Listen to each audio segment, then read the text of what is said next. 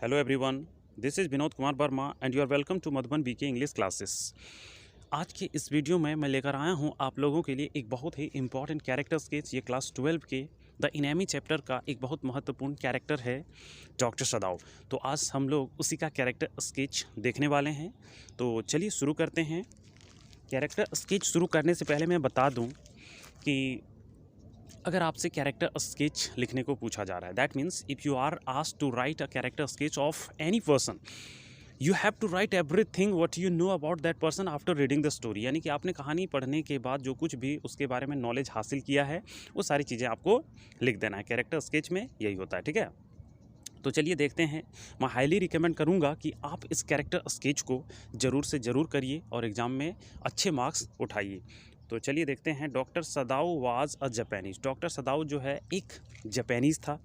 He was sent to America to study surgery. देखिए, उन्हें जो है अमेरिका भेज दिया गया सर्जरी की पढ़ाई के लिए, यानी कि शल्य चिकित्सा की पढ़ाई, जिसमें ऑपरेशन के बारे में सिखाया जाता है ना, कि कैसे ऑपरेशन किया जाता है। ही मैट हना देयर। वहाँ जो है वे हना से मिलते हैं। हना, ओके, हना से उनकी मुलाकात होती है। She was also a pure Japanese. वो भी एक प्योर जापानीज़ थी। They loved each other. वे एक दूसरे को स्नेह करते थे, ठीक है।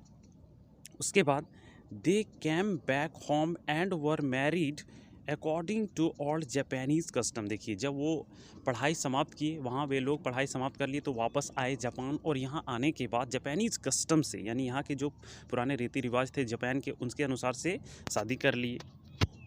आगे देखते हैं। Doctor Sadao's house was situated near the seashore. कहता है डॉक्टर सदाउ का जो घर था वो समुद्र तट के किनारे बसा हुआ था, स्थित था। वन इवनिंग, एक शाम को क्या हुआ, an American soldier was vast assure in front of their house. तो एक अमेरिकन सोल्जर जो था, ठीक है, अमेरिका उस समय जो है, अमेरिका जापान का वो दुश्मन था, ठीक है। तो वहाँ से एक सैनिक जो है बह के आ गया था इसके घर के सामने, इनके घर के सामने। वो they saw that the man crawled a few meters towards the house and then fell unconscious. उन्होंने क्या देखा कि वो आदमी जो था, ठीक है, दे सॉ दैट, उन्होंने देखा कि वो जो अमेरिकन सोल्जर था वो कुछ दूरी तक, यानी कुछ मीटर तक रेंगते हुए आया टुवार्ड्स द हाउस, घर की ओर, यानी कि डॉक्टर सदाव के घर की ओर। एंड देन फेल अनकॉन्शियस, उसके बाद वो गिरा और वहीं बेहोश हो गया गिरकर, ठीक है। आगे देखिए क्या कहता है। Doctor Sadao and Hana went to him and saw that the American had been shot in the back. वो जब वहाँ गए, डॉक्टर सदाव और हना जो है उनके पास गए, तो उन्होंने देखा कि वो जो सोल्जर था उसकी पीठ में गोली लगी हुई थी, वो घायल था। ही वॉज ब्लीडिंग, यानी कि वो खून निकल रहा था उसके पूरे बॉडी से, ठीक है, खून बह रहा था, उसका खून बह रहा था। He was an enemy soldier, वो एक दुश्मन सैनिक था। He had no reason to save him it he took him to his house. उसे बचाने का तो उसके पास कोई रीज़न नहीं था, कोई कारण नहीं था, फिर भी उसने उसे उठाकर घर लाया। ही आस्क्ड हना टू ब्रिंग हॉट वाटर। उसके बाद हना से उसने गर्म पानी को लाने को कहा, गर्म पानी लाने को कहा। देखिए आगे क्या कहता है।